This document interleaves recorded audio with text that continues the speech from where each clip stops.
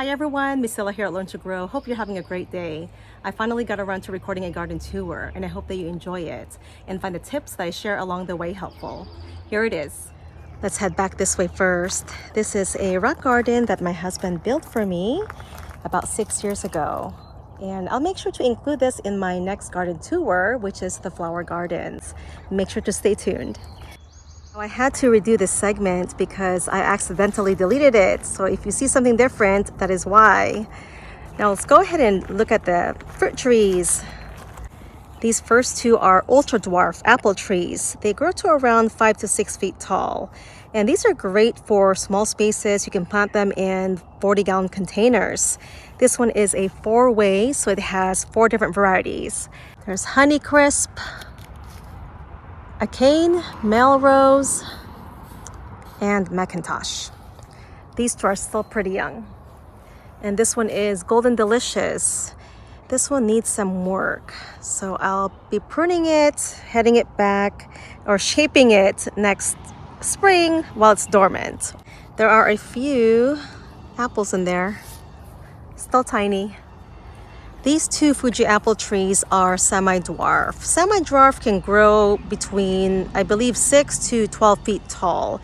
These are older, they're almost 10 years old. That's when we planted them. So we had to head them back to rejuvenate the trees so we have some newer healthy branches. They were also topped off so it's easier to reach the fruits. I need to weed under the trees and put some mulch. Let me show you a better way to mulch, or a proper way to mulch a tree with this little one here. So as you can see, the mulch is spread out at the bottom and it's in line with the circumference of the canopy of the tree. That way the roots are protected and it'll conserve moisture and block out the weeds. And also the roots usually grow outwards as well as the feeder roots. And when you're mulching, make sure to keep it away from the trunk. So give it some space, a few inches. This is about 3 inches away from the trunk. This is a young tree. For older trees, you can put the mulch about 8 inches from the main trunk. This will prevent pest and disease infestations. This is the rhubarb patch, planted along with some perennial flowers. These need to be separated, which I plan on doing in the fall. There are several crowns in there. That's why this patch is so big. This is Victoria rhubarb. There's a peony planted in there. These are Crocosmia. The butterflies, hummingbirds, and bumblebees love the scarlet red flowers. Also have some Liatris spicata. The bees love the purple flowers. Some dahlias. The tulips are dying back. We usually let them photosynthesize after they bloom to store the energy for next year's flowers. All right, let's walk over here. This is currant. I think these are the red ones. Looks like a lot of the berries fell off, or maybe the birds got them. This one is a Japanese plum. Unfortunately, most of the flowers fell. We had some hail and late freeze. I think it was back in April, towards the end of April. Here are some blueberries. When you plant blueberries, make sure to plant at least 2 to 3 varieties so they can cross-pollinate. Cross-pollination can help increase yields and fruit size. These two are Legacy. And we also have an espalier apple tree, and this has 4 different varieties. Some of the tags fell, so I can't remember all the varieties. This one has one. Let's see. Liberty, Jonah Gold, and Yellow Delicious. So I'm missing the last one, and I can't remember the variety in that one. But there are a lot of baby apples. So more blueberries this way. I believe this one is Berkeley Duke. These have large berries, very tasty. I think there's another Duke over there. This is Blue Jay. This is one of our older shrubs. I think it's almost 5 feet tall. And I've cut back a lot of the canes about 2 and 3 years ago, the older canes at least, to rejuvenate the shrub. So we get newer, more productive canes. The 3 to 4 year old canes are usually more productive than the 6 to 8 year old canes. Just want to show you this other currant. Okay, this one has a few more berries than the first one I showed you. So I planted another flower patch over here. We got some bee-friendly dahlia or single petal dahlias that's going to pop up in here, as well as some gladiolus. Let's go around this way again. Here's the other Duke blueberry. I believe this one is Chippewa or Chippewa. We also cut back the old canes, so we're just starting to get newer canes. These 3 here are Chandler. These are the big blueberries. They can get to about the size of a nickel, even to a quarter. And they're also sweet and juicy.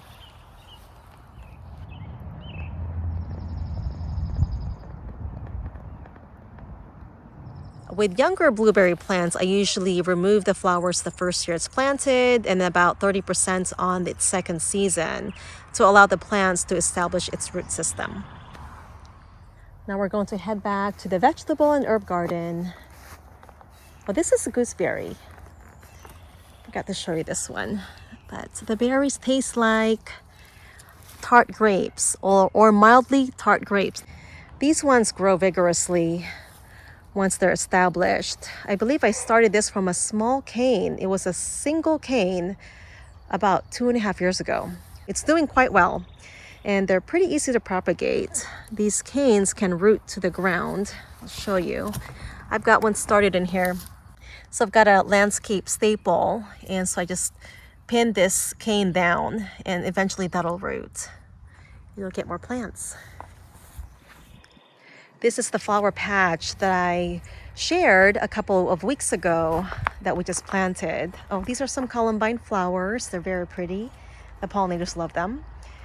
So we have some dahlias here, lilies, calla lilies, Liatris spicata, gladiolus. So it's going to be a really beautiful pollinator garden and flower cutting garden. And those pots are also planted with some dahlias that I'm waiting to find homes for, still waiting for them to sprout. And here are some hostas. I'm going to head up this way first. These are perennial kale and tree collards. We try to grow as many perennial crops as much as possible. Once they are established, they will produce for you for many years, and you don't have to keep planting them every season. And it's also less soil disturbance. A couple of other great things about perennial kale and tree collards is that once they are established, they are drought tolerant. They also retain their leaves all season in mild and warm climates. Well, this is asparagus. There's a few that survived. Most of them were dug up by the raccoons, I think. And I wanted to show you the patch of perennial garlic that will leave in the ground all year round, right here in front of the raspberry trellis. And this raspberry is called canby. It is nearly prickless. And that one there is a Desert King fig tree. These are all potatoes. A lot of those are volunteers that I found in the garden. We don't always get to harvest all of them, right? These are the early crop of the Desert King. Some figs produce 2 crops. These are called breba. If you live in a warm climate, you'll most likely be able to harvest the main crop, which grows on the new growth of the current season, but they need to be pollinated by the fig wasp. This is the opposite side of the garden, but we'll work our way back over there. Just want to show you the other plants that we are growing back here in containers, as well as some other raised beds. We have several varieties of young figs in these pots, and I'll record another video to go over them.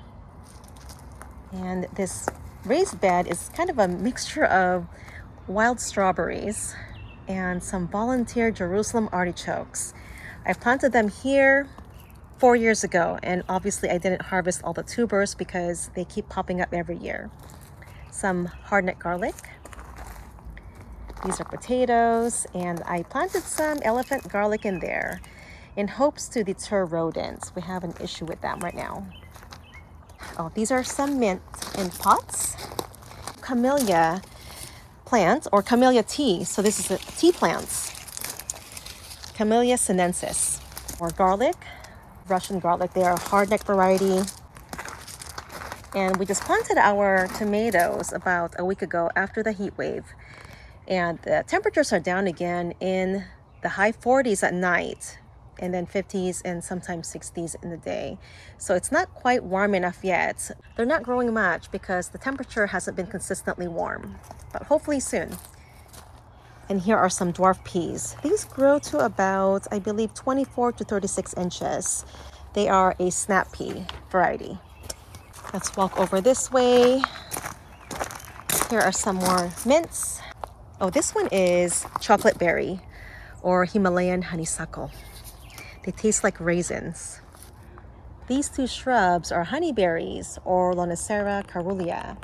These are supposed to be cold hardy all the way down to USDA zone 3, maybe even zone 2. This one does not have any berries right now, but this has only maybe 2 or 3. I think a lot of the flowers fell off earlier this year. Could also be during the heat wave. Some of the berries dried up, I believe, because these plants are acclimated to colder climates or milder regions. The berries are supposed to be very sweet and tasty, so cannot wait to try them, even though it's just a couple. Go back this way. Just want to show you, these are Egyptian walking onions. This is a perennial onion, and you can eat the leaves. The top sets will also produce bulblets or bulbils, as well as the bulbs in the soil. The bulbs kind of look like shallots, but they are more pungent. But they're very good, very cold hardy, all the way down to zone 3. I've got some random plants and pots here that I need to get to the garden. Some of these are propagated by cuttings. And this is another fig tree in pot that needs to be pruned back. It's very leggy, so I should have cut it back last season or earlier this year when it was dormant, but it's okay. Some herbs throughout the garden. That's sage, some chives, oregano. This is rosemary. Here's the other rosemary, the mature one that we've had for I think almost over 10 years.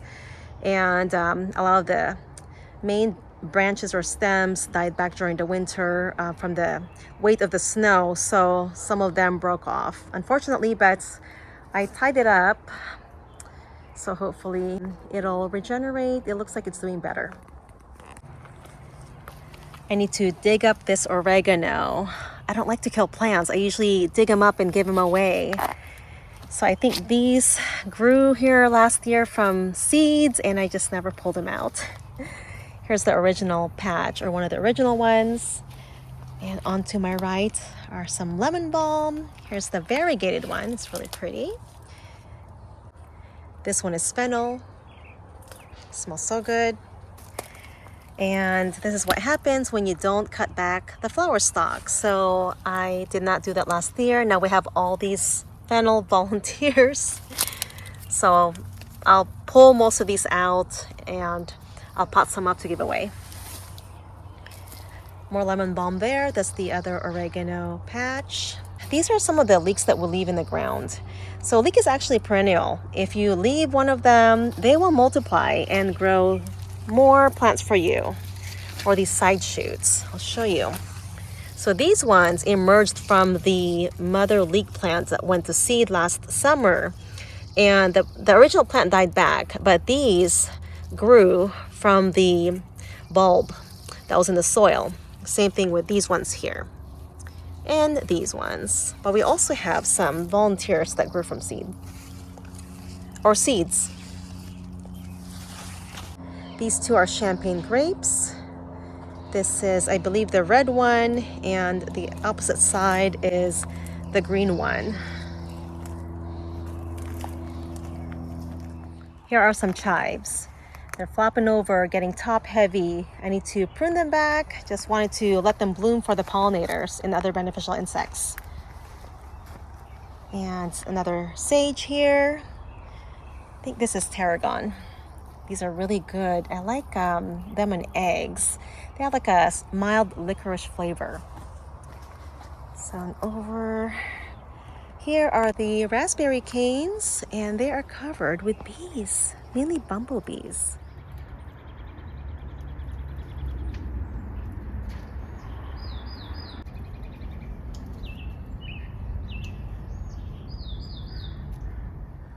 This is lavage. Once they are established, they can grow up to, I believe these ones reached over 10 feet. But this is a great perennial. It is cold hardy, and it's a great substitute for celery. Slightly stronger aroma and flavor than celery, but you can use it in place of it. So it's nice because you don't have to plant it every year. Once it's established, it'll grow for you. And I have it here in this raised bed, but I have it on the back side so it doesn't shade the shorter herbs. So I've got some sage, lemon thyme, variegated oregano, more thyme. This one is a young ARP rosemary. It's supposed to be cold hardy to -10 degrees Fahrenheit. This is another oregano, and this is summer savory. We have yarrow here as well. This is Corsican mint. It smells so good. And it is edible, but they're so tiny, I don't really see a use for them, except they make beautiful ground covers. They keep the soil intact and suppresses weeds. So this is where we were earlier. Here's another bed of perennial kales that are going to seed. I think that's echinacea coming back. Here's another one there. I also have some garlic planted throughout this bed. It's kind of a mixture of many things. And I sowed some cilantro. These were sown last winter, and they are now just starting to bolt, but didn't bolt during the heat wave because they are sheltered and shaded by the other plants surrounding them. Finally got some lettuce going here. The first run of lettuces bolted, or actually they were overwintered lettuce. These were winter sown back in December. Got some dwarf peas, so I just let them be. They're just kind of hanging on the side. They don't need a trellis. They're not that tall. And beautiful lavender that my mom gave me last year. So pretty. The bumblebees love this. Over to my right are some fig trees in pots. These are Peter's Honey and Desert King. And a couple more down here. These are Little Miss Figgy, which is a descendant of Violet de Bordeaux. The figs are about 1 inch to 1.5 inches long. They are small but very tasty. I think there are some tiny ones that are developing still. This is a patch of red vein sorrel and elephant garlic. A couple more raised beds here. Here are some more garlic. Same variety, Russian hardneck garlic. These were from my auntie and uncle's small garlic farm. That's where I usually get my garlic seed or garlic cloves to plant. So very excited to harvest these this year. They're looking very healthy. The stems are nice and thick. And over here is another small bed. I've got a couple of jalapeno peppers planted, some onions. These are more Egyptian walking onions. These are the top sets I was referring to earlier. Some of them get larger than others. Some of them are pretty small like these. But I've seen some about the size of a dime or nickel. And those are edible too, and they are pretty tasty and spicy. This is nutting onion. It's another perennial onion. Cilantro bolting, flowering, so we'll get some seeds from them, and also the pollinators love these. Those are Claytonia volunteers. I might actually cut them back before they start to seed because they will seed freely, but they're easy to remove. They're shallow rooted. These are delicious. I love them. They taste like spinach. Sometimes I think they're sweeter. The stems, the leaves, and even the flowers are edible. So there's a whole patch in here. This one is Bergarten sage. I love how big their leaves are. So you use them like normal sage. And I do need to do a lot of maintenance here. So just trying to find time. That one is, let's see, these are columbine and lemon balm behind it. And try to cut back your lemon balm before they go to seed. You can let them flower for the pollinators, but do cut them back before they start to form seeds. If you let lemon balm seed, they will grow everywhere and it's hard to get rid of them. So I've got some random kale plants in here that were volunteers, and I uprooted and potted them up here since they are nice sized plants already. Got some potatoes and some onions planted throughout. Again, I usually plant allium crops like onions and garlic with potatoes or near them, and also the brassica crops, in hopes that they will deter rodents. Potatoes, more elephant garlic. We have some strawberries here, and I also planted some banana peppers, so I'll be moving the strawberries out of this bed. I might put them in their own patch. And got some onions as well planted throughout here. Well, it's starting to get dark, so I better get going. I'm just so glad that I got to record a video and got some quiet time out here. With all the construction going on, it's going to be another long week. But I hope that you enjoy this video. And if you're just starting out with a garden, start small, expand later. You don't need to plant everything all at once. It took years for us to build our garden and get all these plants established. So start out small, maybe with some herbs, a few strawberry plants, peppers, tomatoes, and remember to have fun. Thank you so much for watching. Have a wonderful day and happy gardening.